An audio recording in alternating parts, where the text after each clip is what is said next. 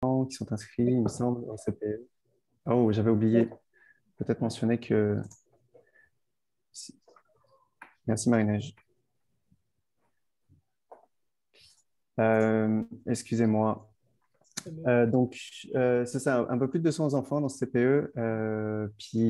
Julie, en fait, vous avez commencé avec l'établissement il y a à peu près 2 ans la collaboration avec les Jardins Caria. Oui, Puis le CPE est reconnu pour Aliments du Québec au menu pour justement son oui. implication Oui, dans cette oui. démarche-là. Merci d'être là. Caroline Mhm. Harel, donc directrice générale du CPE Le Jardin des Frimouses. Euh, Oui. fait Car- Caroline est directrice générale donc, du CPE Le Jardin des Frimouses qui est situé à la Chine, fait que depuis 2015. Euh, Caroline, tu as fait partie de la première cohorte du système alimentaire montréalais dès 2012. Puis ton intérêt donc, pour la santé de la planète, la saine alimentation te pousse justement naturellement à vouloir impliquer le CPE pour lequel tu travailles, ainsi que ton équipe dans de nombreux projets et des collaborations en lien justement avec la santé de l'environnement et celle des enfants.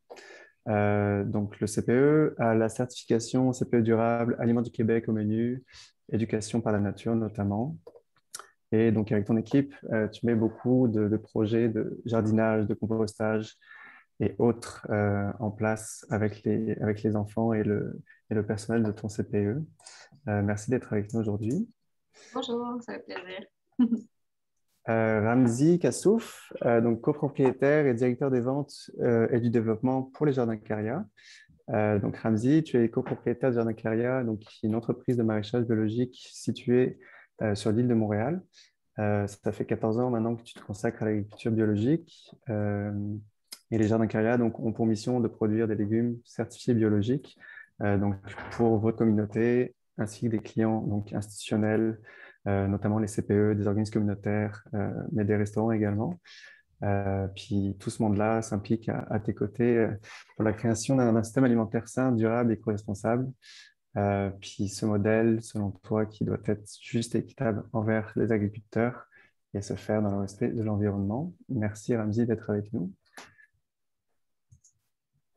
Euh, Thibaut Renouf, cofondateur de la plateforme Arrivage.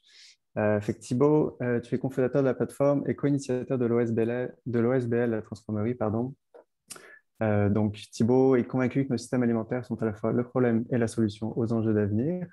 Et Arrivage, donc la plateforme que tu développes, euh, développe justement des outils de vente. Arrivage développe des outils de vente directe pour faciliter l'accès des producteurs locaux au marché B2B de la restauration, du détail alimentaire, des institutions ou encore des organismes communautaires. Et grâce à des relations sans intermédiaire plus simples et plus transparentes, les aliments locaux sont plus abordables, plus frais et plus diversifiés que jamais. Merci Thibaut d'être avec nous. Merci à vous. Allô tout le monde. Et enfin, on a Dominique Lacroix, donc, qui est conseillère en approvisionnement alimentaire durable chez Équiterre. Dominique est titulaire d'un baccalauréat en sciences de l'environnement et en communication, ainsi que d'un DEP en horticulture maraîchère écologique. Dominique, tu travailles depuis 20 ans en alimentation et chez Équiterre, donc, tu contribues à la mise en œuvre de différents projets euh, d'approvisionnement alimentaire institutionnel, donc qui vise à rassembler, outiller et accompagner les institutions afin d'effectuer une transition vers un système alimentaire durable et résilient. Merci Dominique d'être là.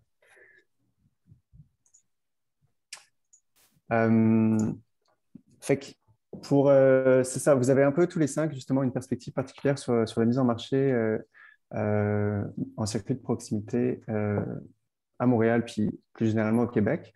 Mais c'est ça, tous les cinq une expérience dans le milieu institutionnel, puis plus spécifiquement avec les CPE. Fait qu'on sait que ces questions d'approvisionnement en circuit de proximité, vous les traitez tous les jours au sein de votre organisation, puis chacun a une échelle d'action différente. Puis avec la SNAC, donc, qui a été annoncée à l'automne passé, c'était un message encourageant qui a été envoyé afin d'augmenter justement la part des aliments locaux pour les repas servis dans des institutions québécoises. Et dans votre cas, en fait, cette stratégie est postérieure à votre engagement parce que ça fait plusieurs années que justement vous êtes impliqué dans ce genre d'initiative et que vous êtes un peu des chefs de file en approvisionnement de proximité. Et c'est pour ça qu'on trouvait intéressant aujourd'hui de nous pencher en fait plus spécifiquement sur vos initiatives et vos expériences respectives afin de mieux comprendre justement tenants, les aboutissants, certains défis justement qui sont liés à l'approvisionnement de proximité vers des CPE. Et c'est un peu dans ce cadre aussi, en fait, c'est dans cette optique aussi que notre travail au sein du Salim s'inscrit. Puis avant de démarrer avec les questions, je vais justement prendre une minute 30 pour présenter très brièvement qui on est, puis qu'est-ce que le Salim fait. Je ne sais pas si Marie-Neige, tu peux juste changer la diapo. Donc c'est ça, le Salim, système alimentaire local et intégré à Montréal. Donc notre vision ultime, c'est que les aliments sains et locaux soient accessibles aux populations les plus vulnérables, puis plus largement aux Montréalais. Donc, notre mission, c'est de renforcer le réseau d'approvisionnement d'organismes communautaires, mais aussi d'institutions, c'est ça, de favoriser les conditions pour augmenter l'approvisionnement en produits frais, sains et locaux. Et en parallèle, c'est améliorer l'accès au marché pour des producteurs montréalais et québécois plus généralement. Fait que le Salim accompagne et co-crée des solutions avec des acteurs terrain de l'écosystème. Puis c'est dans ce cadre aussi que ce panel aussi s'inscrit dans une démarche plus générale de collaboration, notamment avec les Jardins Carrière. Marie-Neige, tu peux aller à la suivante. Et c'est ça, un petit mot sur Récolte. Fait que le Salim est un projet multipartie prenante donc porté par le collectif Récolte. Puis ce programme est né depuis, en fait, ça fait un an, c'est ça, en 2020, dans le cadre de Montréal en commun. Donc, il y a un projet initié par la ville de Montréal et dont un des volets principaux est l'accès à l'alimentation, puis le renforcement des réseaux d'approvisionnement, dont Récolte est porteur de projet. Merci de votre participation. Merci Marie-Neige. Voilà pour la petite introduction et on va sauter directement dans le vif du sujet. Peut-être, Louis, on peut partager notre petit sondage avant d'entrer dans le vif du sujet.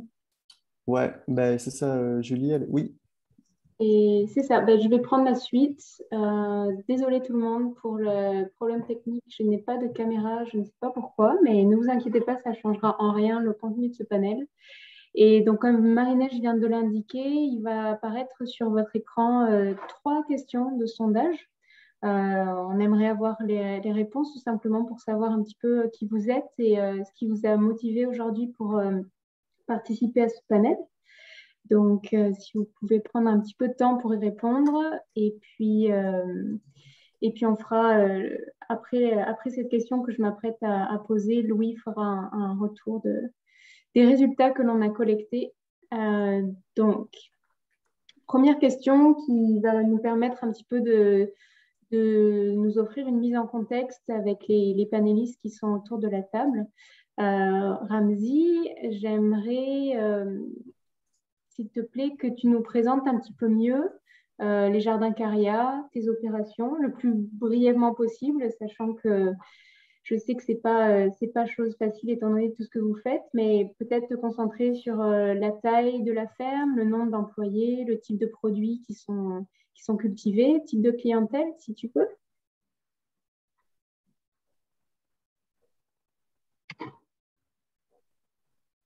Ramzi, ton micro est coupé.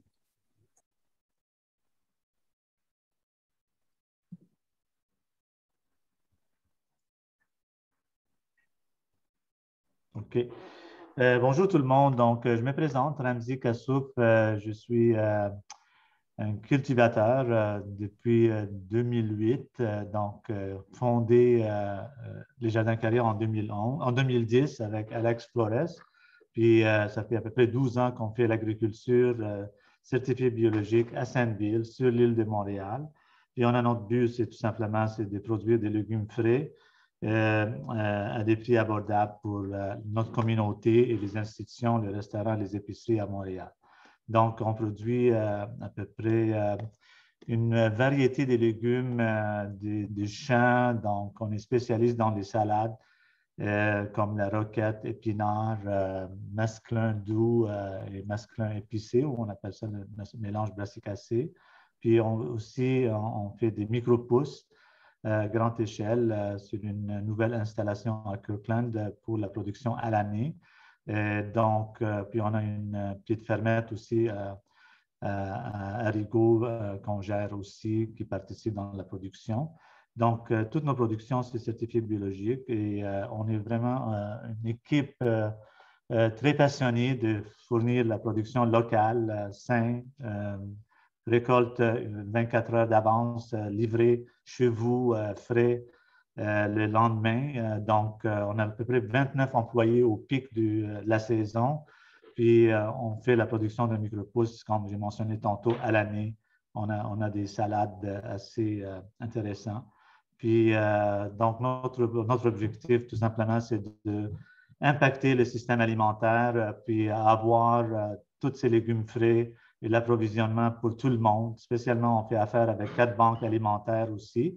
Puis, avec Caroline qui m'a introduit au CPE, dès le début, on a une histoire enrichissante, beaucoup des histoires qu'on a développées avec les CPE, puis avec Julie aussi, Julie Morin, puis d'autres CPE comme le Quartier du Soleil qu'on fait affaire avec les autres. Donc, c'est ça, grosso modo, puis on va élaborer plus sur, si vous avez des questions ou pendant le panel, à discuter d'autres enjeux de l'approvisionnement local, spécialement avec les garderies et les CPE et les précieux enfants, les perles qu'il faut absolument les nourrir des bonnes nourritures. C'est une conversation que partout au Québec, on se parle maintenant.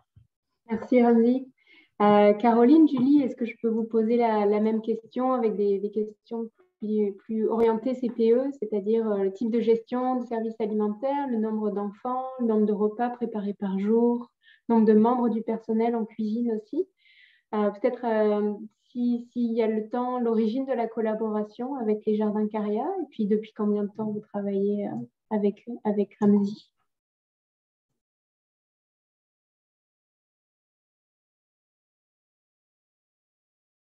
Vas-y, Caroline. OK, allez, je me lance. Bonjour tout le monde. Donc, nous, au CPE Jardin des Frimousses, on a 2 installations de 80 enfants chacune. Et puis, on offre en cuisine, en fait, on a une cuisine par installation avec une responsable alimentaire par installation.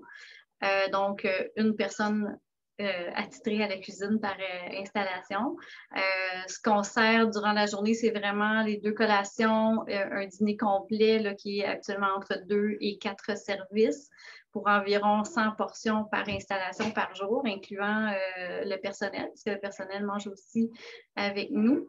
On a notre partenariat avec Ramzi, ça date environ 3 ans. Donc, on est allé à une rencontre d'acheteurs du CIBIM et faisant partie d'un groupe communautaire à la Chine en sécurité alimentaire, la coordonnatrice m'avait parlé de l'existence des Jardins Caria. Donc, il y avait la possibilité de s'approvisionner en légumes frais, biologiques à Montréal, donc à la pointe ouest de l'île de Montréal. Puis nous, en étant à la Chine, on est plus vers l'ouest. Donc, on avait demandé au CIBIM de nous organiser une rencontre pour pouvoir faire une première rencontre exploratoire avec Ramzi. Et puis, depuis ce temps-là, on s'approvisionne en légumes biologiques chez Ramzi, là, entre, je dirais, 8 et 10 mois par année, là, environ, là, dépendamment de ce qu'il y a de disponible. Donc, voilà, ça fait environ 3 ans. Est-ce que j'ai répondu à toutes les questions? Julie, tu pourrais me dire? Je pense que ça fait bien le tour, surtout qu'on a beaucoup d'autres questions à vous poser. Donc, parfait. C'est très concis. Je pense qu'on a reçu le résultat des sondages. Louis, si tu veux prendre la main. Il y a Julie. Oui. Julie Morin, juste avant.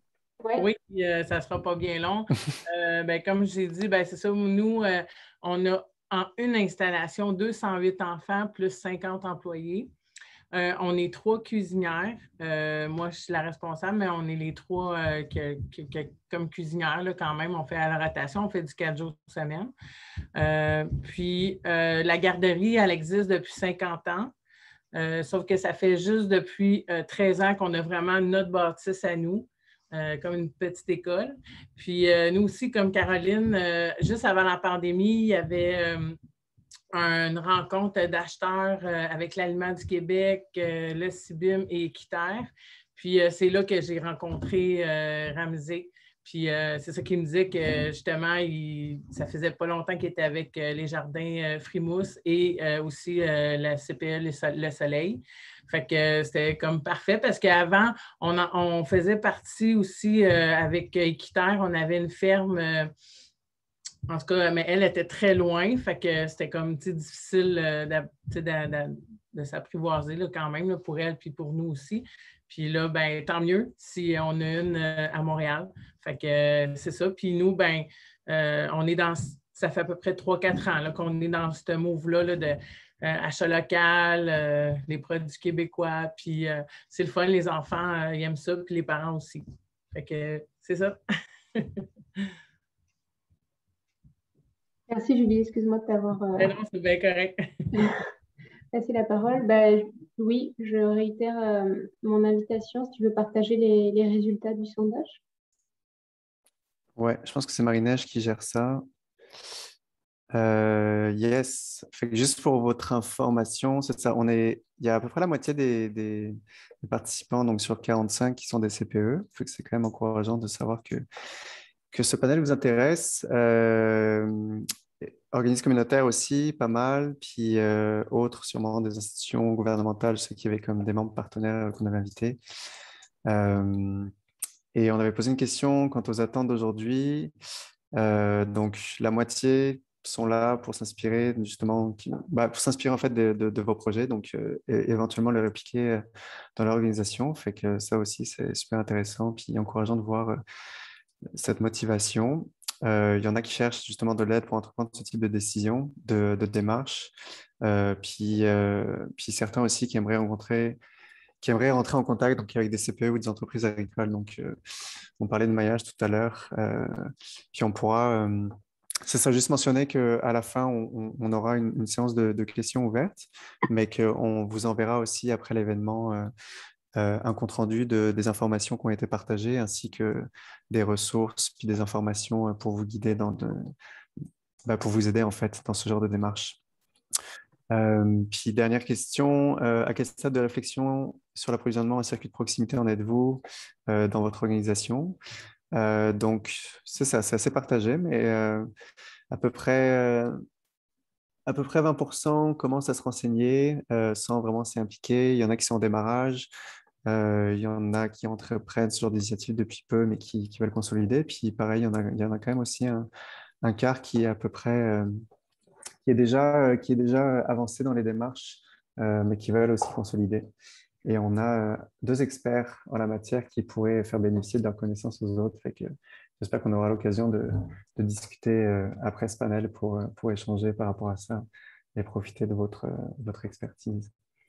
Voilà, ça vous donne un peu une idée de qui est présent aujourd'hui.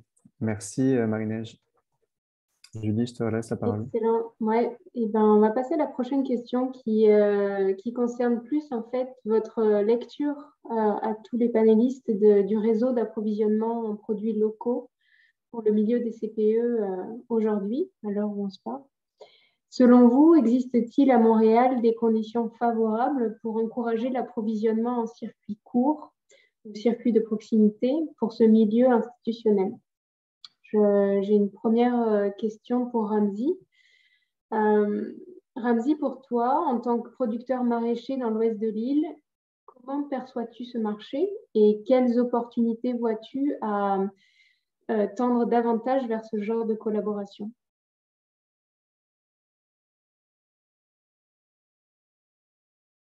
Ramsey?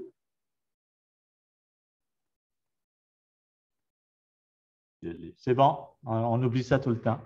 Donc, pour moi, c'est vraiment qu'est-ce que Isabelle elle a fait la dernière fois pour faire un marché public au CPE dernièrement. On a fait ça au mois de novembre. Puis, lorsque je suis allé là, comme agriculteur, qu'on fait de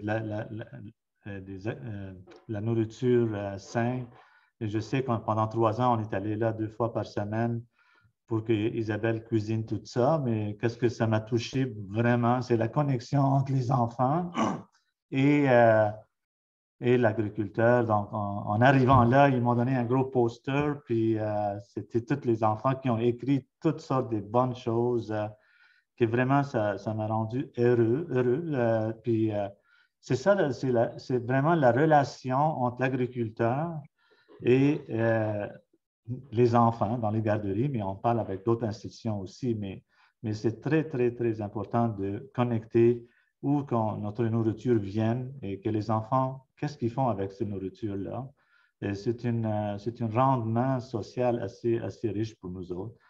Et donc, nous autres, on trouve que il faut vraiment ouvrir ça à tout le monde. Puis, on sait que la capacité d'une ferme, ce n'est pas nécessaire, mais maintenant, Salim, vous êtes au courant du projet système alimentaire local et intégré de Montréal. Et qu'est-ce que Équiterre fait dans leur initiative pilote récemment?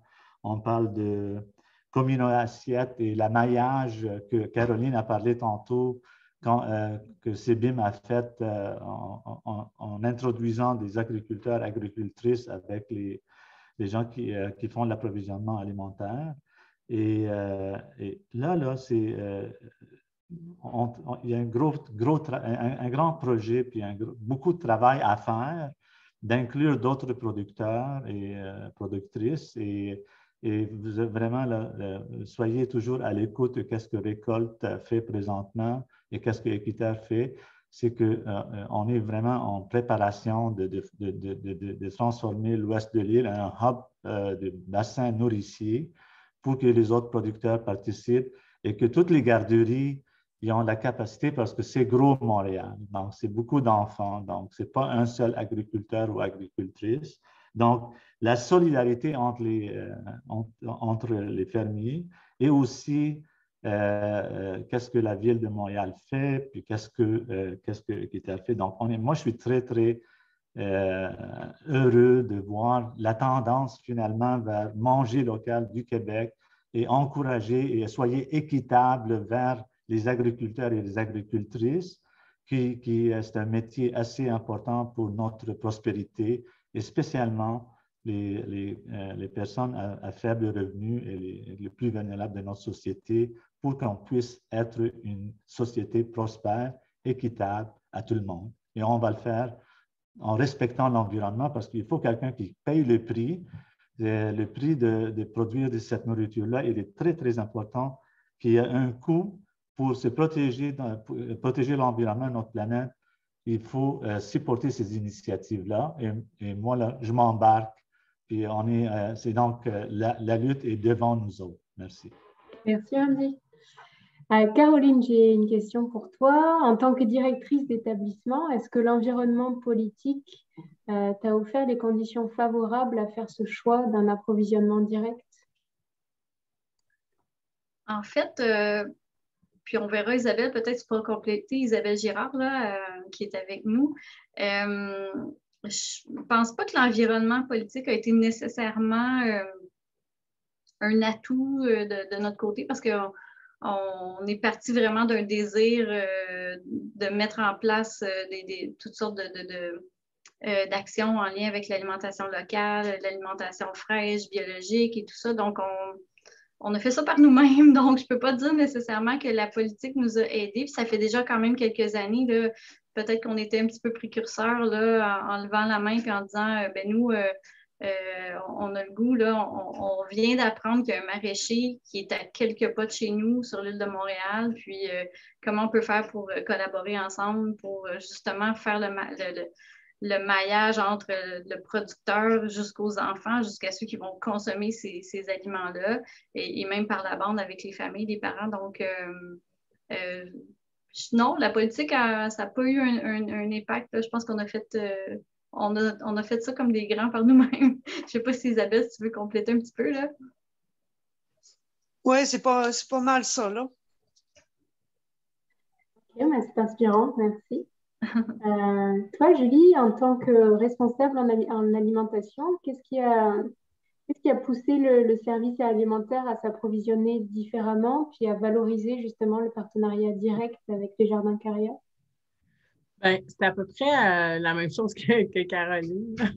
Nous aussi, ça faisait quand même, je vous dirais, 5-6 ans là, que tranquillement, Équiterre, là, avec Dominique, ça fait longtemps qu'on se connaît. C'est ça, on voulait commencer là, à encourager, savoir si c'était possible, parce que là, c'était beaucoup les paniers, là, que les parents, puis là, il y en a des parents qui nous demandaient, est-ce que, on peut, fait que là, c'est ça, tranquillement, on s'est informé, puis là, puis ma directrice est super ouverte, puis c'est le fun, puis moi aussi, dans le fond, nous, les cuisiniers, je pense que c'est quand même un réel plaisir de voir les enfants manger. Puis en plus, si c'est sain, fait que je pense que c'est la base de grandir, de prendre soin de nous. Je veux dire, moi, j'aurais aimé ça que quand j'étais petite, de manger. Là, on s'en rend compte. Quand on est petit, on ne s'en rend pas bien compte. Mais je veux dire, plus tard, c'est ça qui est le fun, de savoir où ce qui devient notre produit, comment il est fait. C'est ça qui est le fun avec Ramsey. Je veux dire, ces épinards, là, écoute, c'est merveilleux. Là, puis en plus, ils n'arrivent pas plein de boîtes. Là. C'est ça aussi qu'ils travaillent fort. Puis ça nous permet justement de sauver du temps puis de servir ça justement à nos enfants. Fait qu'on est un peu dans le même... mais c'est sûr qu'à Montréal, moi, je trouve que c'est ça, comme Ramsey disait, c'est sûr que oui, il est là, lui, mais il ne peut pas fournir tout Montréal, il est toute seule. Fait que c'est comme, oui, des fois, on veut encourager local, mais c'est ça, c'est encore un petit peu difficile, mais je sens que la tendance avec Aliments du Québec, avec le CIBIM, je sens que là tout le monde veut regrouper tout le monde, là, mais il ne faut pas non plus s'éparpiller. Fait que je pense que en tout cas, je sens que ça s'en vient quand même plus précis. Puis, c'est ça, là, en faisant des rencontres aussi avec les producteurs, puis les maraîchers, puis ceux qui sont. Fait c'est ça, là, on essaie d'essayer de plaire à tout le monde. Puis, autant, je sais qu'il y a d'autres questions plus tard, là, que j'imagine qu'on va toucher là, à l'apprivoisonnement, les coûts, tout ça. Là. Fait que, c'est ça, ça s'en vient. Oui, mais merci. Là, en effet, on va plonger encore plus dans les détails, les défis, puis ce qui serait à améliorer aussi. On est là pour ça. On est sur le bon chemin. Merci. Puis, j'aurais une question pour toi, Thibaut, et toi, Dominique, qui sont identiques. On va commencer avec Dominique. Comment est-ce que vos activités respectives, donc chez Équiterre et chez Arrivage, participent-elles à favoriser ce genre d'initiative, donc favoriser les approvisionnements directs? Et quels sont les freins que vous identifiez qui aujourd'hui ralentissent votre travail puis toutes ces démarches? Dominique, si tu veux commencer. Oui, je vais faire un petit peu le pont avec ce que je disais. C'est qu'Équiterre, ça fait longtemps qu'on accompagne des institutions qui veulent s'approvisionner localement. On avait commencé dès 2000 avec des CPE, puis ça s'est continué dans les années 2010 avec différents projets où on faisait des maillages entre les fermes du réseau des fermiers de famille et des CPE et des garderies. Puis à ce moment-là, c'est sûr qu'il y avait souvent un mariage entre la livraison de paniers pour les parents et puis des livraisons à la cuisine. Ça, c'était comme la première formule, mais avec le temps, on a continué nos accompagnements, puis on a diversifié vers d'autres types d'institutions. Puis à ce moment-là, on a développé une certaine expertise qui nous a montré qu'il y avait quand même des éléments qui pouvaient être améliorés à la formule. Puis comme le disait Julie, il peut y avoir certains freins à s'approvisionner d'un fermier local, mais provincial, c'est-à-dire qu'il faut qu'il se rende à Montréal, il y a des enjeux de trafic, de circulation, puis d'optimiser sa livraison. Tandis que là, avec la production sur l'île de Montréal, on sait qu'il y a beaucoup d'espace agricole. Si on peut rapprocher encore plus le local, je pense qu'il y a comme du potentiel là-dedans. Puis, au niveau de nos activités, maintenant, à Équiterre, on a démarré une communauté de pratique qui s'appelle Commune Assiette, qui regroupe des CPE, mais aussi d'autres types de milieux institutionnels. Puis, on réfléchit ensemble avec des producteurs, avec des distributeurs. Ramsey aussi fait partie de Communacet maintenant. Et puis, on réfléchit à des solutions justement pour augmenter l'apport d'approvisionnement locaux dans nos institutions. Puis, ça passe par à la fois de l'accompagnement, donc réseautage, maillage entre les institutions puis des producteurs, mais aussi au niveau de la transmission des savoirs pour faire en sorte que les expériences du passé puissent servir à tous, puis qu'on améliore les pratiques, puis qu'on se sert de ce qui est vécu sur le terrain pour inspirer les autres, puis leur permettre de ne pas peut-être répéter les erreurs du passé, puis d'apprendre de ce qui fonctionne. Donc, ça fait partie de nos objectifs, mais c'est aussi, à travers cette communauté-là, la possibilité de regrouper la demande, de voir c'est quoi les besoins des institutions, dont les CPE aussi, puis de voir qu'est-ce qu'il faudrait développer sur le marché, ou en tout cas, comment les producteurs pourraient s'orienter pour répondre à cette demande-là. Fait que ça fait vraiment partie de tout ce qui se passe au sein de Communacet. Puis on est là aussi avec d'autres acteurs. Il n'y a pas seulement des producteurs, il n'y a pas seulement des institutions, il y a le Salim, il y a d'autres organismes qui ont des idées de projets pilotes pour justement favoriser cet approvisionnement-là. Puis l'objectif, c'est vraiment de faire circuler des savoirs, de mettre en lien des acteurs pour qu'on puisse faire des grands projets qui répondent là, aux besoins des CPE et des autres institutions. Donc, voilà. Thibaut, est-ce que tu veux donner la perspective d'arrivage sur justement les initiatives actuelles, puis peut-être les freins aussi qui rendent les choses un petit peu plus compliquées? Oui, absolument. Nous, déjà, on vient d'un autre monde. On vient du monde de la restauration et puis du détail alimentaire qui étaient nos usagers initiaux, sachant que on vient de sortir une plateforme qui s'est élargie à de nombreuses catégories d'acheteurs, à commencer par évidemment les CPE, les institutions, mais aussi les organismes communautaires et tout un tas d'acheteurs qui font qu'aujourd'hui, un producteur peut vendre en même temps au Ritz à Montréal et puis vendre au marché solidaire Frontenac. Donc, on a élargi les horizons dans le sens où ce n'est pas nous qui avons décidé, finalement, ce sont les producteurs eux-mêmes qui naturellement utilisent notre plateforme pour envoyer leur liste de prix à ces types d'acheteurs-là. Et puis, on a juste fait suivre et adapter les outils. Et c'est ça qu'on cherche à continuer à faire, en fait, à adapter de plus en plus tout ce qui est mentionné depuis le début de la discussion sur comment est-ce qu'on fait un meilleur arrimage entre la compréhension de ces deux mondes-là qui sont deux métiers, qui sont tous débordés, qui ont chacun leurs problématiques. Et puis, en général, les aliments, on essaie de simplifier la donne en achetant par des gens qui nous simplifient la vie, qui s'appellent les distributeurs. Mais effectivement, les distributeurs ne sont pas capables d'offrir ce que Ramsey ou d'autres producteurs peuvent offrir. Donc, une fois qu'on a pris conscience de ça, effectivement, il y a tout un tas de choses à imaginer pour ouvrir les vannes. Et puis je pense que ce qui est discuté aujourd'hui, c'est super intéressant d'avoir des ambassadeurs comme vous et puis des gens qui portent ces dossiers à un niveau quasiment politique, enfin même politique d'ailleurs, mais il faut arriver à démocratiser tout ça. Et effectivement, ça prendra plus que des ambassadeurs. Et si on veut l'amener à un autre niveau, on est certain qu'il faut développer les outils qui fait qu'on parle le même langage entre un producteur et un acheteur professionnel. Donc, c'est ça qu'on cherche à faire avec vous, avec d'autres. Et puis, on fait évoluer notre plateforme de plus en plus pour que les institutions aient leurs réponses, leurs questions. Typiquement, est-ce que les légumes sont lavés, ne le sont pas? Quel format, quel minimum de commandes, les délais de paiement? Et puis, ça, c'est vrai évidemment pour les produits de maraîchage, mais on aimerait voir ça aussi dans la viande, on aimerait voir ça aussi dans les champignons, dans des produits de la mer, pourquoi pas un jour. Et puis, il y a beaucoup de produits transformés sur notre plateforme.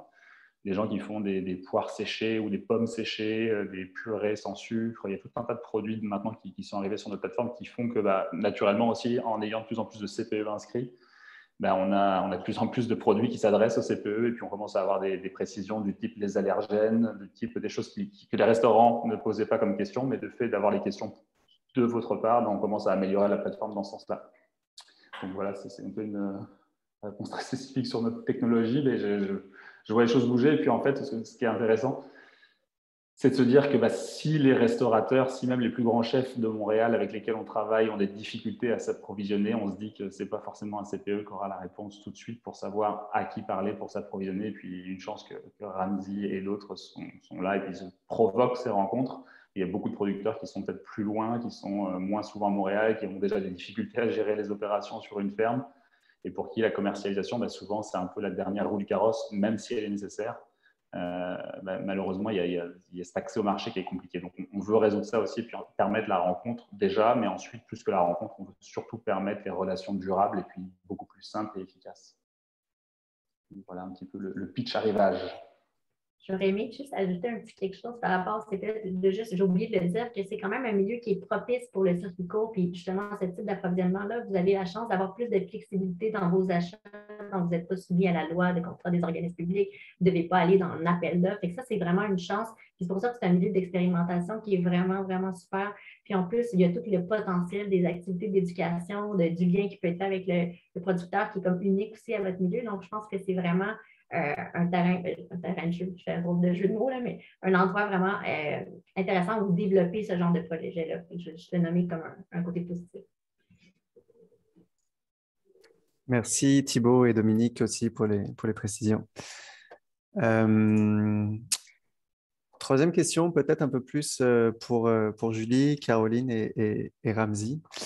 Vous avez commencé peut-être à en parler au début dans l'introduction, mais c'est ça, on voulait peut-être savoir un peu depuis le début de votre collaboration, en fait, si chacun donc, a vos rôles respectifs dans votre organisation qui sont toutes les trois différentes, si vous pouviez nous partager un peu justement les bénéfices que vous retirez de ce type de collaboration, puis pourquoi en fait ce type d'initiative donc, devrait être reproduite plus largement justement dans l'agglomération de Montréal, mais même plus largement au Québec, et quels sont en fait les critères essentiels à la mise en place de telles initiatives, puis des bonnes pratiques justement à avoir pour y arriver. Est-ce que, je ne sais pas si vous voulez que... Je peux commencer. Julie, peut-être, question pour toi, peut-être plus précise, si tu veux.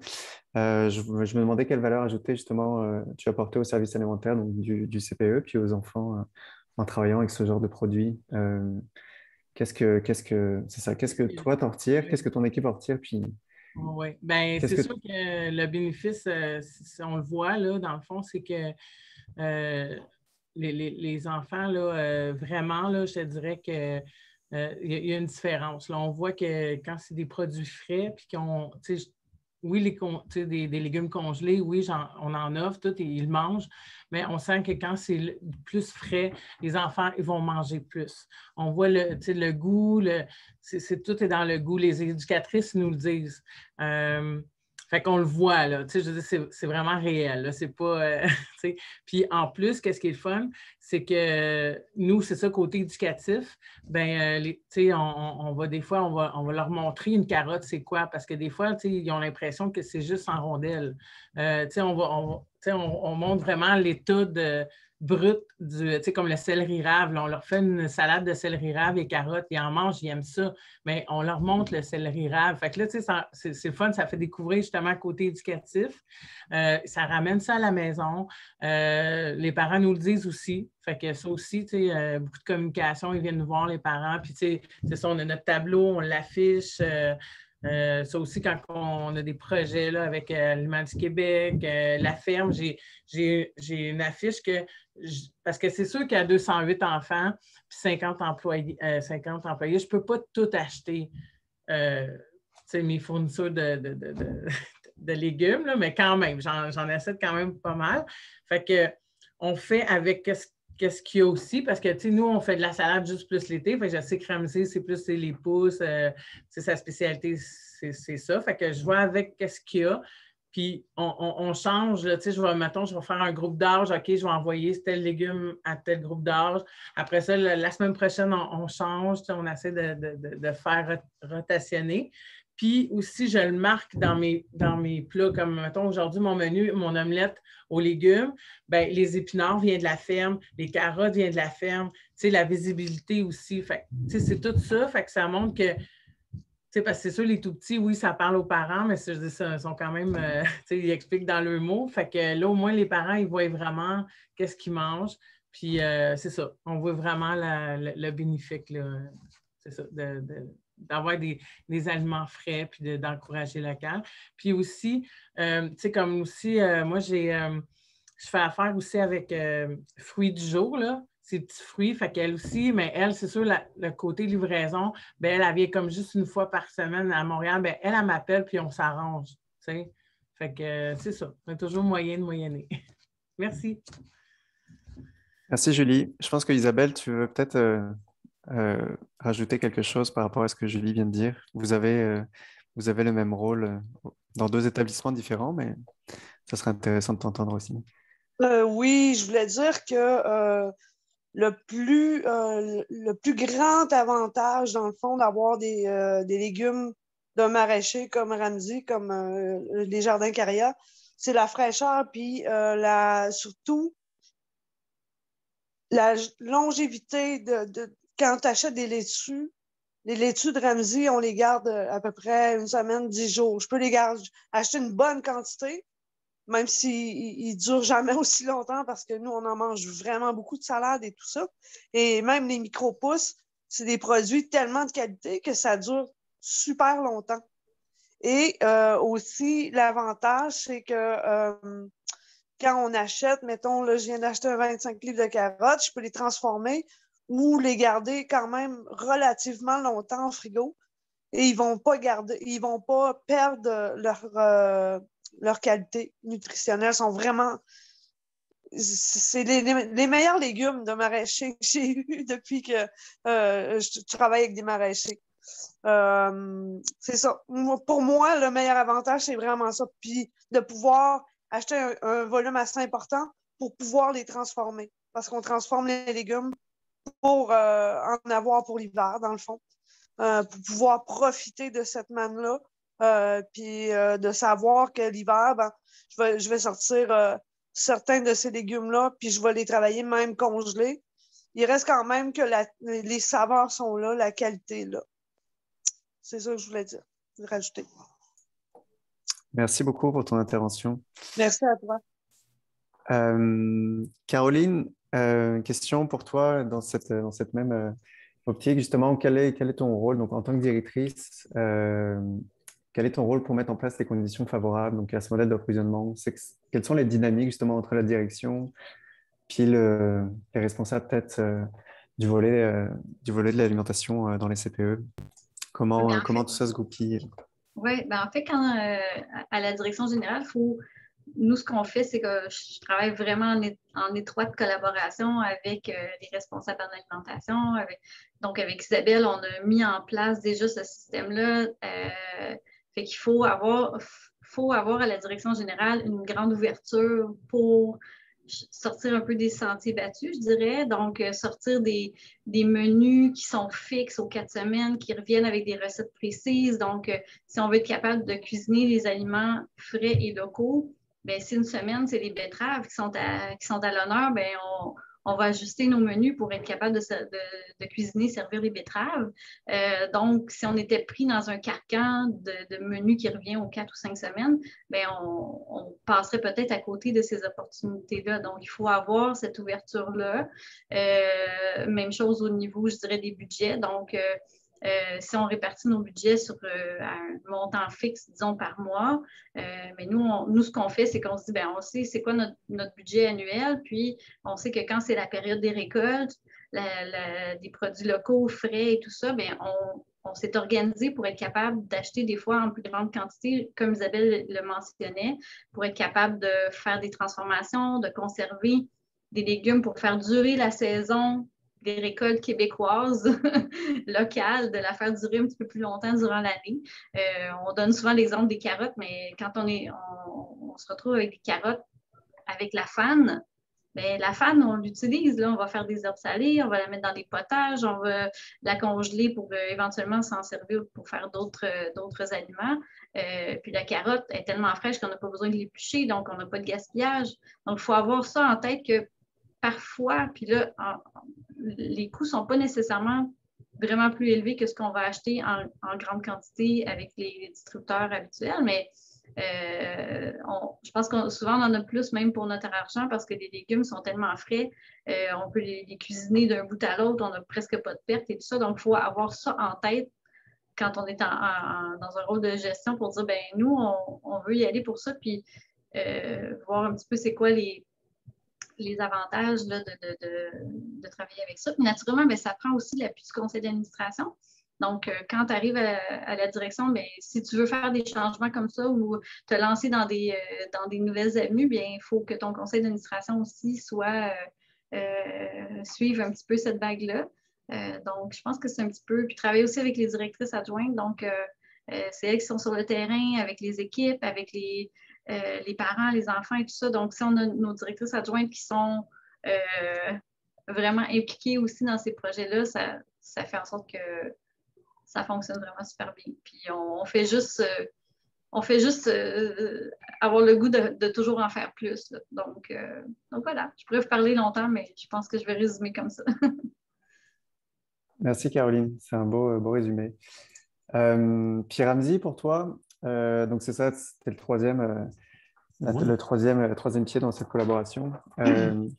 Quels étaient les facteurs pour toi de succès dans l'élaboration de ce partenariat avec les deux CPE? Puis pourquoi c'est intéressant pour une ferme comme la vôtre de desservir ce milieu? Ça, je te laisse la parole. Mais premièrement, j'aimerais bien mentionner que lorsqu'on parle de Ramzi, il a fait ça, mais en réalité, les Jardins Carrière, c'est une équipe très passionnée qui vraiment, il y a une gamme de jeunes personnes qui veulent travailler ce métier-là pour semer et amener cette carotte et ces épinards. S'il est plus 40 degrés dehors ou comme maintenant, là, moins 10 ou quelque chose comme ça, parce qu'on travaille jusqu'à 1er décembre. Donc, c'est les soldats inconnus, c'est les agriculteurs qui travaillent fort, puis il faut revaloriser, puis les vraiment mentionner plus. Puis pour faire ce point-là, nous autres, on se réveille le matin pour avoir un impact. Pourquoi qu'on se réveille? Parce qu'on veut pousser ces légumes-là et on va voir c'est quoi le résultat de ça. Donc, on aimerait bien faire cette connexion. Donc, on invite les chefs, on invite l'équipe, même on invite les enfants de ces garderies-là. Puis on fait le tour. Puis comme Julie a dit tantôt, là, la carotte, ce n'est pas sur un étagère quelque part où vraiment, on le fait même faire sortir les carottes de la terre et tu vas voir les yeux, comme Julie a dit tantôt, brillent que ça sort de la terre. Et on sait au Québec, on a 90% de notre terre agricole, il est vraiment dans la production de 3 légumes seulement, majoritairement, le foin, le soya puis le maïs. Puis nous autres, on est dans qu'est-ce qu'on se retire de ça? On est dans le mouvement de convertir la terre agricole du Québec vers des terres qui sont productives, diversifiées et qui sont disponibles aux consommateurs, à notre population les plus vulnérable et aussi banques alimentaires, les restaurants, les chefs, tout le monde mange la même carotte et qu'elle soit accessible à tout le monde. C'est-à-dire, il y a des gens qui peuvent payer des produits comme ça, là, mais nous autres, on aimerait bien que ce produit-là soit accessible à tout le monde. Donc, en travaillant avec des banques alimentaires, ils n'ont pas à revendre ça et faire des marges, des profits. Donc, nous autres, on est très heureux que le permis, il est payé. Puis eux autres aussi, là, ils n'ont pas besoin d'augmenter ça de 35 40 là, donc, il y a un enjeu très, très positif pour nous autres que revaloriser le rôle du fermier, que c'est un agent de changement important dans notre société. La deuxième chose, c'est comme la Ville de Montréal a lancé la stratégie agriculture urbaine, qui est vraiment, ils ont créé 50 jardins dans les écoles. Et j'invite que même les garderies s'en vont dans cette direction-là, comme un laboratoire où les enfants peuvent le faire, comme Isabelle et Caroline y ont déjà fait chez Jardin des Frimouses. Et nous autres, on a commencé à avoir une tendance, il y a une organisation qui s'appelle Crocorium qui font la formation des instructeurs pour enseigner aux enfants de 8 à 12 ans dans les écoles aussi. L'agriculture, c'est quoi pousser nos légumes et aussi d'utiliser ces jardins-là que la Ville a commencé à implanter dans une cinquantaine d'écoles dans les prochains 2 ans. D'aller là pour expérimenter aussi, à commencer la tendance d'utiliser les nourritures dans nos curriculums. Et notre rôle maintenant, comme Crocorium, il choisit les instructeurs pour les former, qu'ils soient des agriculteurs ou agricultrices. Donc, ils vont commencer à même transformer ces produits-là pour faire goûter les enfants pour avoir notre société transformée dans le futur. Donc, c'est une tendance moi je dis, dans les prochaines 50 ans, de transformer la manière qu'on mange et aussi le gaspillage. Donc, lorsque nous autres, on a des tomates qui sont presque sont très mûres, là, donc on va réduire le prix énormément, puis on va parler avec tous nos clients. Les CPE, comme Isabelle, a pris beaucoup de tomates à transformer. Puis, qu'est-ce que je retire de ça aussi? Là, elle va me dire, OK, goûte à ça, Ramzi. Donc, à chaque fois, on est très heureux de savoir que quelqu'un transforme nos légumes. Puis, il m'a dit, oh, prends celle-là, j'ai fait un pesto, prends celle-là, j'ai fait quelque chose comme ça. Puis, finalement, là, c'est un passion. J'invite tout le monde à commencer leur propre jardin. On se retire un grand, grand bénéfice nous-mêmes comme agriculteurs, agricultrices, puis aussi la société. Il ne faut pas qu'elle soit déracinée de la terre. Donc, on est dans un mouvement de reconnecter la population aux racines et c'est ça qu'on crée une culture. Merci. Merci pour Ramzi tous les chefs et de les partager ça avec les transformateurs. CPE. Et merci à Thibault aussi. Ça fait 5 ans, 7 ans que Thibault essaie de faire beaucoup de choses. On est proche, on discute très étroitement présentement. Puis il y a aussi le projet Récolte pour créer une plateforme que tout le monde peut voir ses produits, c'est qui le producteur, et les chefs peuvent les utiliser. Et Julie Sage et Louis, puis il y a tout le monde, il y a Eric Hansen qui est avec nous autres aussi, qui va aider dans ce domaine-là. On est vraiment là, il y a un momentum très positif et j'invite tout le monde d'embarquer sur cette tendance et de s'asseoir sur la chaise parce qu'on aimerait éliminer tous les enjeux qui éliminent ce projet-là. Merci Ramzi. Ben c'est ça, je pense que comme tu dis, il y a un momentum, puis il y a plein de choses intéressantes qui se passent, puis c'est un peu la preuve aujourd'hui avec avec vous qui êtes rassemblés, mais il y a aussi, fait que c'est ça, on parle souvent, je pense, si on vient à l'approvisionnement de proximité, on parle souvent justement de la complexité qui est associée à ce type d'approvisionnement, donc direct auprès d'un producteur comme toi, comme avec les jardins de Kaya par exemple. Fait qu'il y a des questions il y a des questions notamment de surcoûts associés, de complexité justement logistique, d'inadéquation peut-être du conditionnement, toutes les étapes de transformation additionnelles qu'il peut y avoir, etc. Puis donc aussi au manque, on pense souvent au manque d'infrastructures ou de moyens, entre autres, pour arriver à mettre en place ce type d'initiative. Fait qu'une question pour vous tous, en fait, est-ce que cette complexité reflète la réalité, votre réalité quotidienne au sein de vos établissements? Si oui, comment vous les surmontez? Puis quelles solutions vous proposez pour ça? Je ne sais pas s'il y en a un qui veut se lancer, sinon je peux désigner. Je peux y aller, là. Je peux y aller. Dans le fond, moi, je vous dirais que ça fait 13 ans qu'on a notre établissement ici, là. Tu sais qu'on est dans comme une genre mini-école, là, parce qu'avant, on était dans un centre, puis c'était loué, puis j'avais 2 poêles de maison, puis j'avais 2 frigidaires de maison, puis 2 congélateurs tombeaux de maison. Fait que vous m'auriez dit, là, 13 ans, de faire ça, je ne sais pas. Parce que je n'avais pas le rangement. Je faisais mes commandes de légumes à tous les jours. Il fallait vraiment que je commande petit peu par petit peu. Fait que je comprends que ce n'est pas tous les établissements qui sont peut-être appropriés, mais je pense que s'ils veulent vraiment, je pense qu'ils peuvent trouver des solutions, mettre en place avec justement tous les efforts là, avec Équiterre, Aliments du Québec, je sens que vous êtes là pour nous, en tout cas, je sens que vous êtes là pour nous supporter. C'est ça que je vois maintenant.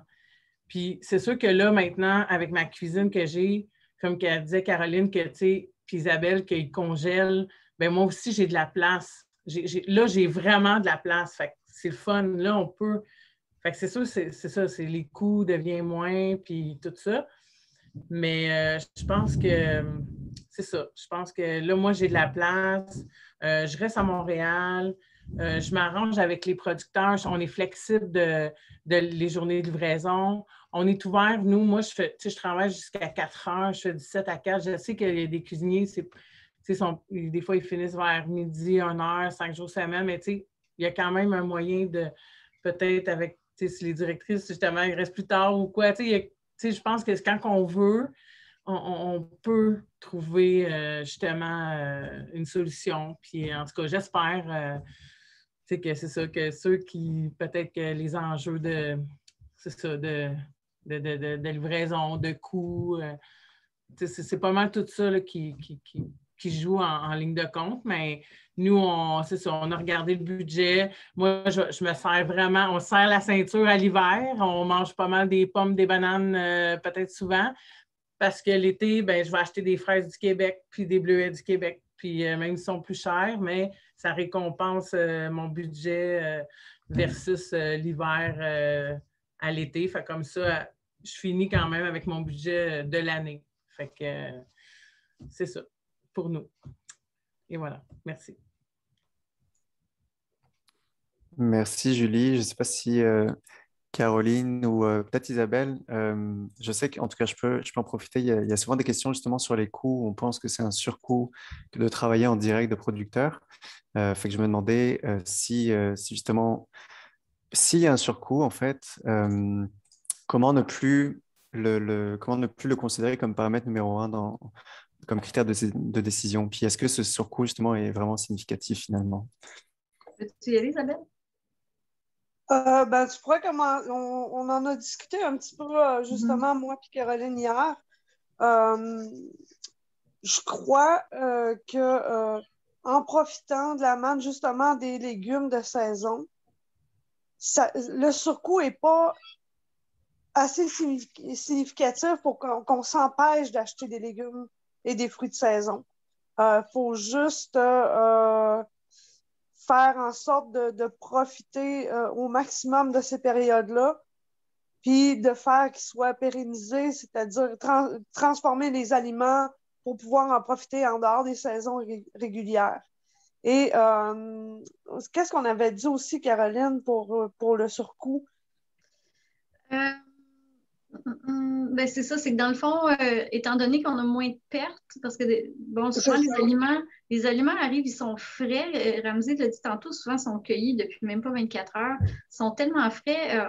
T'as pas une laitue où tu vas perdre, je sais pas moi, 10-12 feuilles tout le tour parce qu'ils ont été manipulés ou ça fait longtemps qu'ils sont en attente dans des frigos ou des camions, peu importe. Donc, on perd pratiquement pas de partie de nos légumes. On peut les transformer jusqu'à l'os.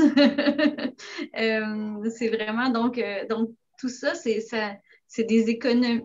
Il y a peut-être un surcoût sur certains aliments, mais comme on achète de gros volumes en saison, il n'y en a peut-être pas tant que ça. Puis, il va y avoir un bénéfice, je dirais, indirect, dans le sens où on va être capable d'utiliser à peu près toutes les parties là, des aliments qu'on achète. Donc, Isabelle, elle va cuisiner les fans de carottes, elle va utiliser des feuilles. Si on a des betteraves avec des feuilles, ils vont servir pour faire d'autres choses, des soupes ou être ajoutés dans des salades. On va conserver les betteraves, elle va les préparer, faire des conserves pour qu'ils puissent servir comme condiment avec d'autres repas. Donc, on vient, je pense, donner de l'avance sur les produits, sur les mois qui vont être un petit peu plus difficiles, où on a moins de choix de produits locaux, où les produits locaux et frais sont peut-être un peu plus dispendieux. Donc, au bout du compte, ça s'équilibre durant l'année. Puis, je pense que la valeur ajoutée d'avoir, puis Julie le mentionnait, des produits qui sont tellement plus goûteux, savoureux, que même les enfants on se rend compte que les enfants vont manger avec plus d'appétit et tout ça. Donc, on y gagne au change. Là. Puis après ça, c'est à nous de faire des choix en introduisant, disons, nous, on n'est pas un CPE végétarien, donc on a de la viande dans nos menus, mais on va introduire beaucoup plus de protéines végétales à travers nos menus où on retrouve de la viande pour aller chercher un apport protéiné qui est suffisant pour les enfants, mais en diminuant les coûts de l'achat de la viande, qui est souvent, c'est ce qui est très dispendieux dans un menu. Donc, on va favoriser de dépenser des fois un peu plus cher pour acheter des pommes ou des poires locales ou des fraises de saison et tout ça parce qu'on veut que les enfants profitent quand ça arrive. Là, je pense qu'Isabelle, tu veux compléter. Oui, c'est ça. Je voulais dire en plus, c'est que le surcoût à long terme, je pense, est bénéfique parce que plus on va se mettre à acheter des produits locaux, plus les prix vont se stabiliser à un moment donné. C'est ça qu'on disait au CIBIM la première année qu'on a rencontré Ramsey.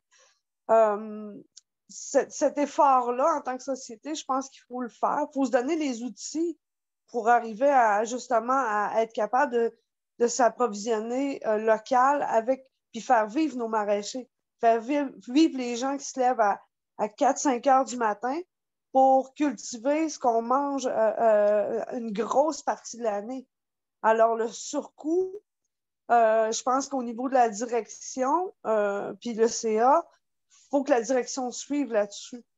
Il faut qu'il y ait une politique qui soit mise en place parce que ce qui est important, c'est l'alimentation des enfants. C'est ça qu'il faut mettre en premier plan. Oui, puis comme toi, Isabelle, c'est ça, je dis, plus qu'il y a de demandes, plus que, tu sais, comme l'offre et la demande, dans le fond, c'est ça, ça va devenir moins, bien, pas moins cher, mais oui, le coût va être moindre. Si tout le monde. C'est ça, plus avantageux pour nous. Puis je pense que ce qui serait encore la meilleure situation, ce serait vraiment d'avoir des maraîchers qui se complètent, c'est-à-dire des maraîchers qui font la production de 2-3 légumes, puis qui se pairs avec des maraîchers qui font la production de 2-3 autres légumes, et qu'on puisse avoir accès à tout cet éventail-là de produits. Ça serait...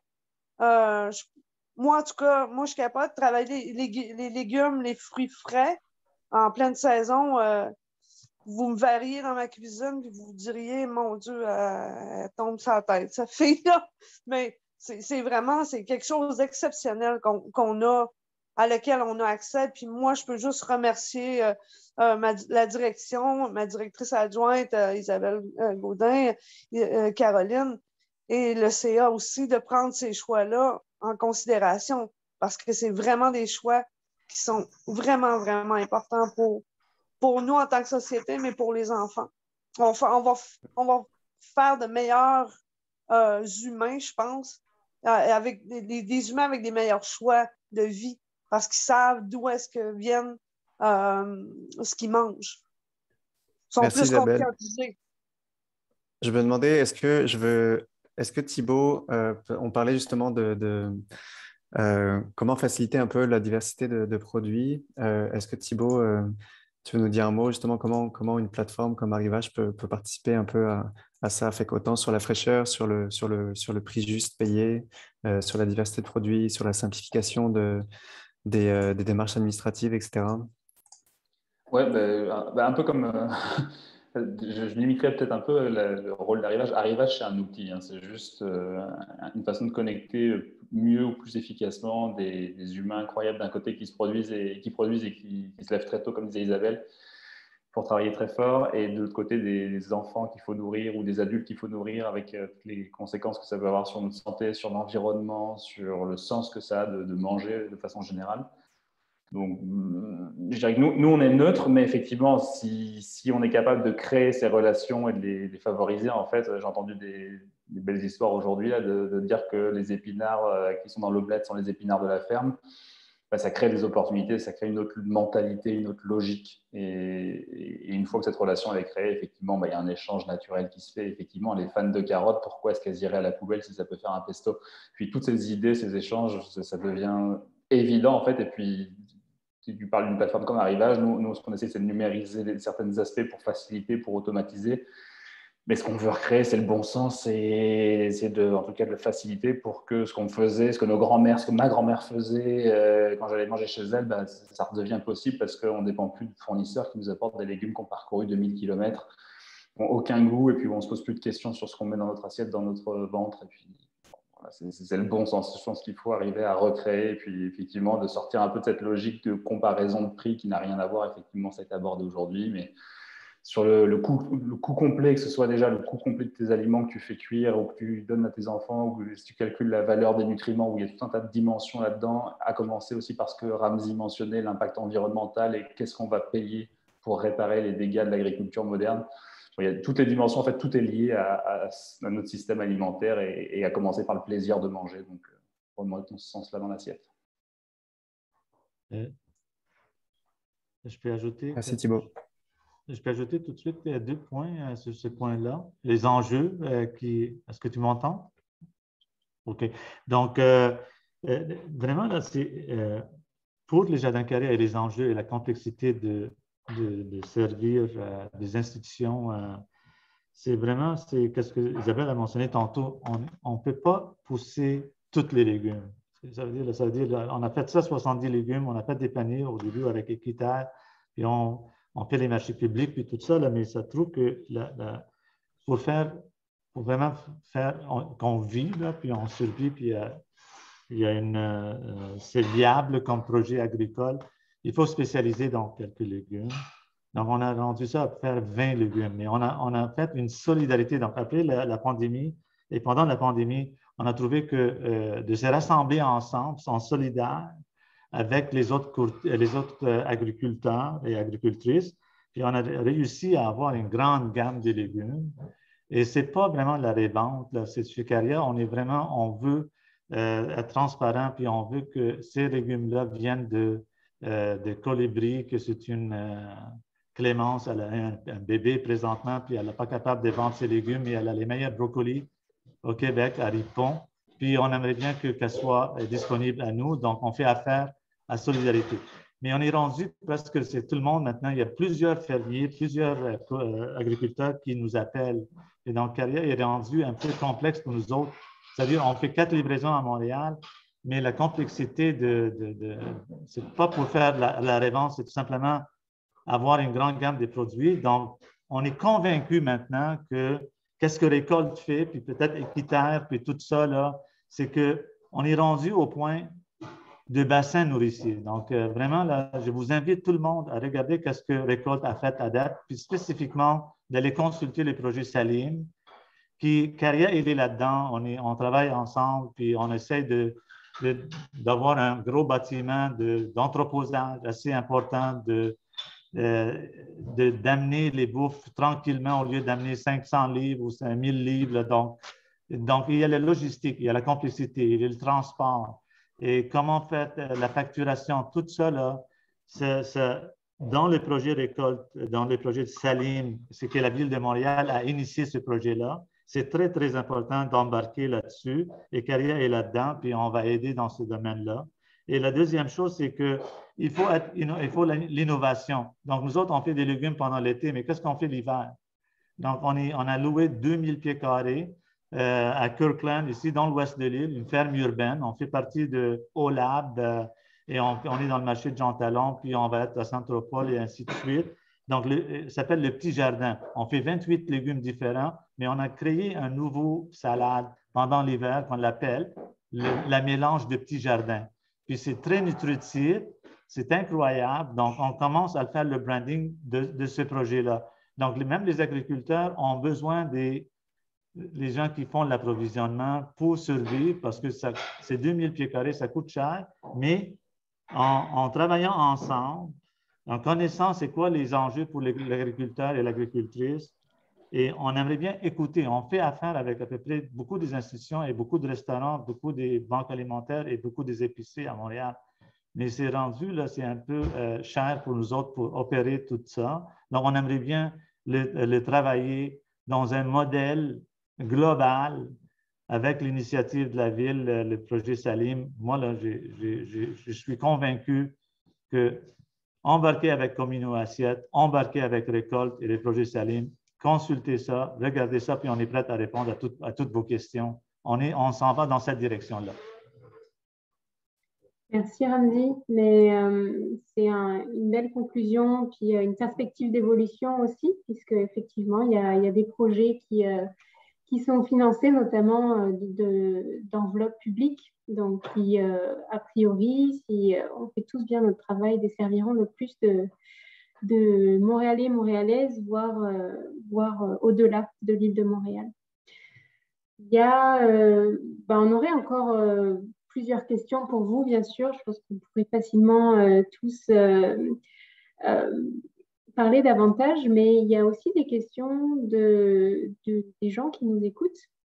Donc, si vous le voulez bien, on va passer à la période des questions-réponses.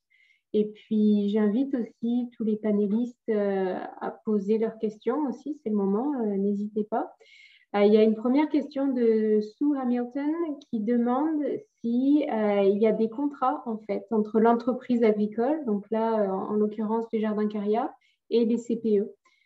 Caroline, est-ce que je pourrais te laisser répondre à cette question? Oui, ben en fait, non, on n'a pas un contrat. C'est vraiment une belle collaboration. Puis, on a une très bonne communication aussi. Là. Isabelle avec Ramsey, ils vont se communiquer vraiment chaque semaine, même plusieurs fois par semaine. C'est quoi la disponibilité des légumes c'est ça la disponibilité. Donc, on y va vraiment selon nos besoins. C'est ça, là, nous autres, on publie deux listes, 2 fois par semaine, des légumes disponibles. Et vraiment, là, c'est ouvert. Puis on est en train de travailler sur une plateforme pour avoir accès. Mais vraiment, c'est le fermier en contact avec Isabelle. Donc, c'est l'ancienne méthode. Mais pendant 10 ans, c'est moi qui ai livré à tous les clients personnellement. Donc, avec mon chapeau dans le genre. Donc, c'est un genre de service un peu très important de vivre cette transaction-là, qui est vraiment une relation à développer. Mais si quelqu'un est intéressé à voir les légumes disponibles, maintenant, c'est un peu moins que l'été, mais on continue à publier deux fois par semaine, tous les mercredis et tous les vendredis, pour livraison mardi et livraison vendredi. Pas de contrat parce que c'est quelque chose en train de regarder présentement parce que des fois, la nature ça veut dire que ça va jouer un rôle. Donc, qu'est-ce qui est disponible? On sait exactement qu'est-ce qu'il y a dans le champ et on va le mettre pour vous autres à choisir. Il y a une date échéance à mettre vos commandes.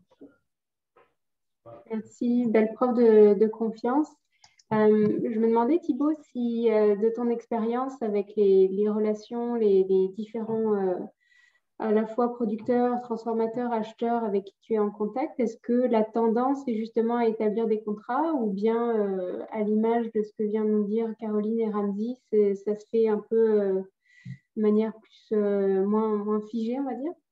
Non, je pense que les contrats interviennent dans des gros enjeux financiers pour assurer que les stocks commandés seront bien donnés. Je pense que sur les CPE, par rapport à ce qui a été dit aussi plus tôt, c'est le fait qu'il y ait une forme de flexibilité, d'indépendance par rapport aux commandes. Donc non, effectivement, ce contrat, il n'irait pas grand-chose finalement.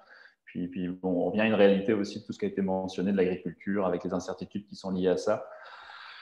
Et puis, c'est cette relation qui est la plus fiable finalement. Et puis, c'est quelque chose qu'on a souvent entendu dans nos parties recherche et développement pour la plateforme, c'est qu'il n'y a pas mieux qu'une poignée de main. Bon, à l'époque où c'était possible encore, mais en tout cas, c'était pas mieux qu'une relation de confiance pour s'assurer que ça va bien se passer. Et puis le contrat, on le laisse pour les gros distributeurs et les grossistes qui font de l'export et de l'import.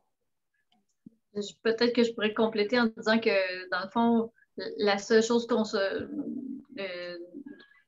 l'entente, c'est de dire ben faut faire une commande quand même minimum là, pour que ça puisse valoir la peine là, que Ramsey se déplace.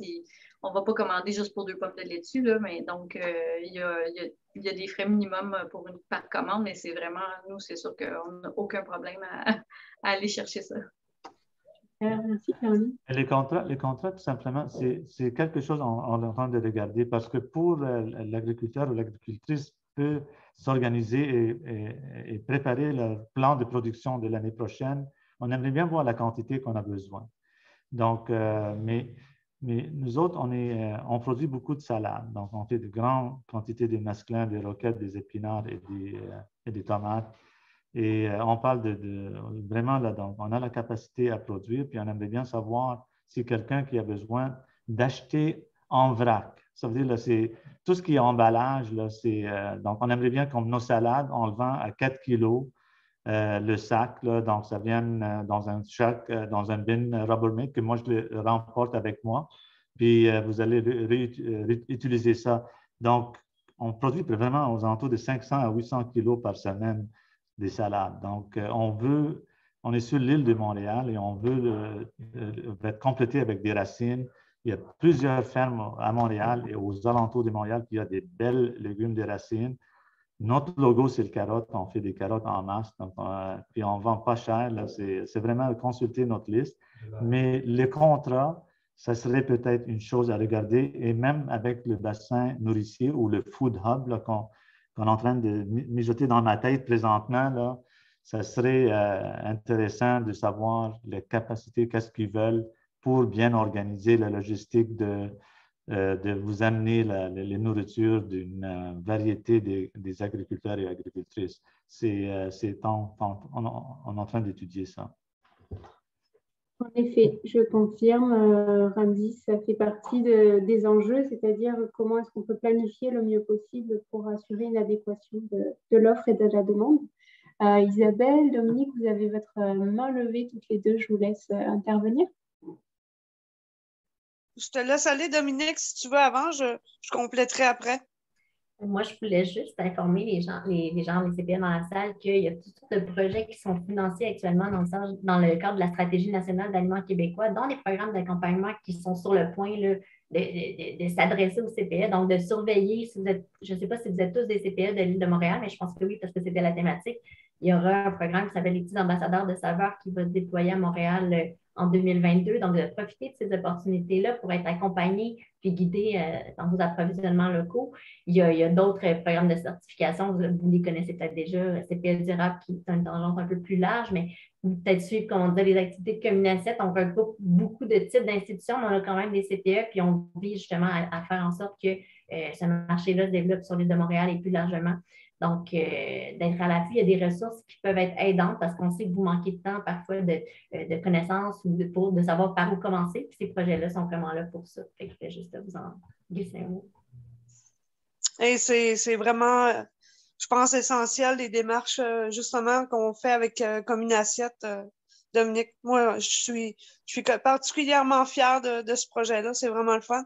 Ce que je voulais rajouter aussi sur ce que Ramzi disait dans le fond, s'il faut signer des contrats pour rassurer les maraîchers d'avoir un partenariat qui soit équitable pour eux autres, pour qu'on puisse avoir davantage de fruits et légumes, c'est sûr que ce serait quelque chose qui serait envisageable, qui serait pas, ce serait pas fou de procéder de cette façon-là pour justement peut-être stabiliser le système alimentaire des maraîchers, le système alimentaire pour l'approvisionnement local qu'on pourrait avoir. Peut-être que ça pourrait faire en sorte que les gens seraient moins... que les maraîchers auraient moins peur de se lancer dans une entreprise comme ça, en sachant que les gens, tu sais, des CPE, des plus petites entreprises comme les nôtres, qui sont quand même relativement grosses, si on prend tous les CPE de l'île de Montréal, c'est quand même pas une mince affaire, là. Et c'est ça, toutes les entreprises qui peuvent profiter de ces produits-là en saison, je pense que ce serait une bonne idée de conclure, de faire des contrats avec eux autres. Sinon, c'est des contrats sociaux. Hein. On les aime, nos maraîchers, mais on tient à ce qu'ils continuent à nous fournir des bons produits à l'année longue, idéalement. C'est une belle idée. Merci, merci Isabelle de lancer ça, puis peut-être y réfléchir dans nos projets respectifs. Je vois une question de Nathalie Plante qui demande plus spécifiquement, Ramzi, où est-ce qu'on peut trouver la liste de disponibilité de tes produits? Je suppose qu'elle peut te contacter directement, Ramzi. C'est ton micro qui est fermé. Ramzi, tu m'entends? Ramzi, il y a ton micro qui est fermé, si tu m'entends. OK, oui, certainement. Donc, on peut me contacter directement. Donc, notre courriel, c'est info@commercialjardincarrière.com. Jardin au pluriel. Carrière, c'est C-A-R-Y-A. Et mon cellulaire, c'est 514-893-1919.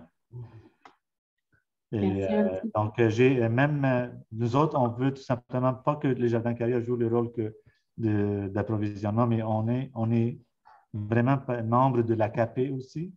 Donc, l'AKP, c'est une organisation avec des muscles assez forts comme agriculteurs et agricultrices partout dans le Québec. On est à peu près 200 à 400, 200, 300 maraîchers qui font des légumes biologiques partout.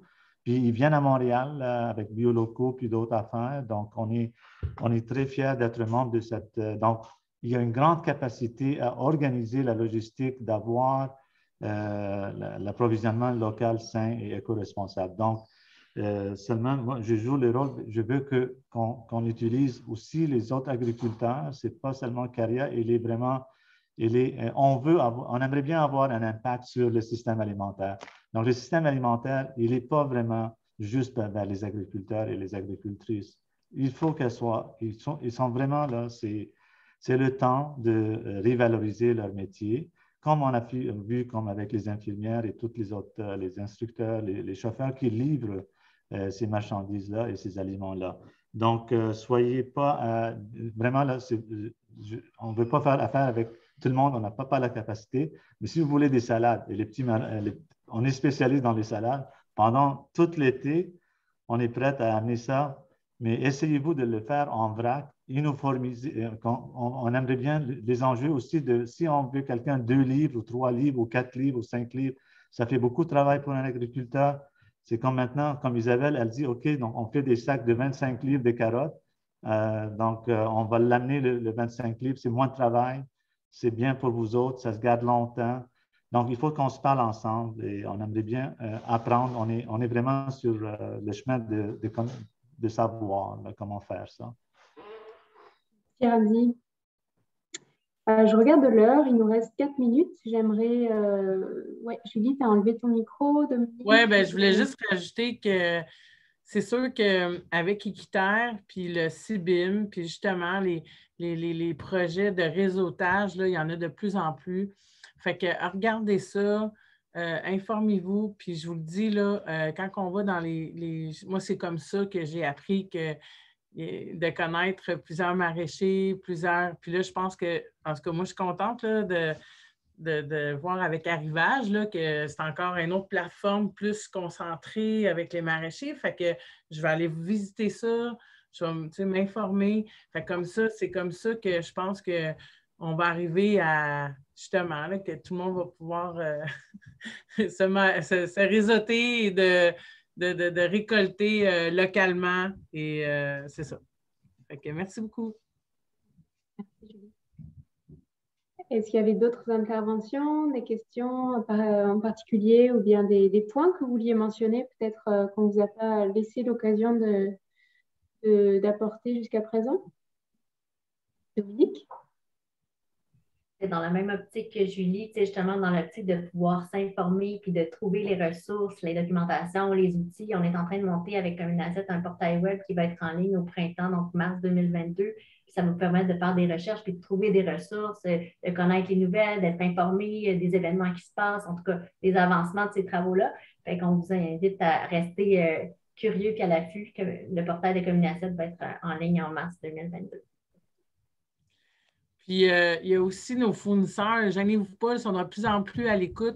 Moi, tu sais, j'ai aussi le producteur, le JG Rive-Sud, là, que je fais affaire aussi, mes légumes, mes fruits et légumes. Puis eux autres aussi, là, ils vont marquer leur liste québécois, que ça provient des fermes québécois, les produits. Fait que, tu sais, moi, je dis, gars, moi, c'est clair, c'est québécois. Si tu n'en as pas, c'est pas grave, mets-moi-en pas. Fait que, tu sais, je pense qu'ils sont plus à l'affût aussi, nos distributeurs aussi. On veut savoir plus localement. Fait que, tu sais, on s'informe, puis ils sont comme tu sais, parce que justement, ils ont entendu dire qu'à Aliments du Québec, là, on pouvait s'inscrire à un programme.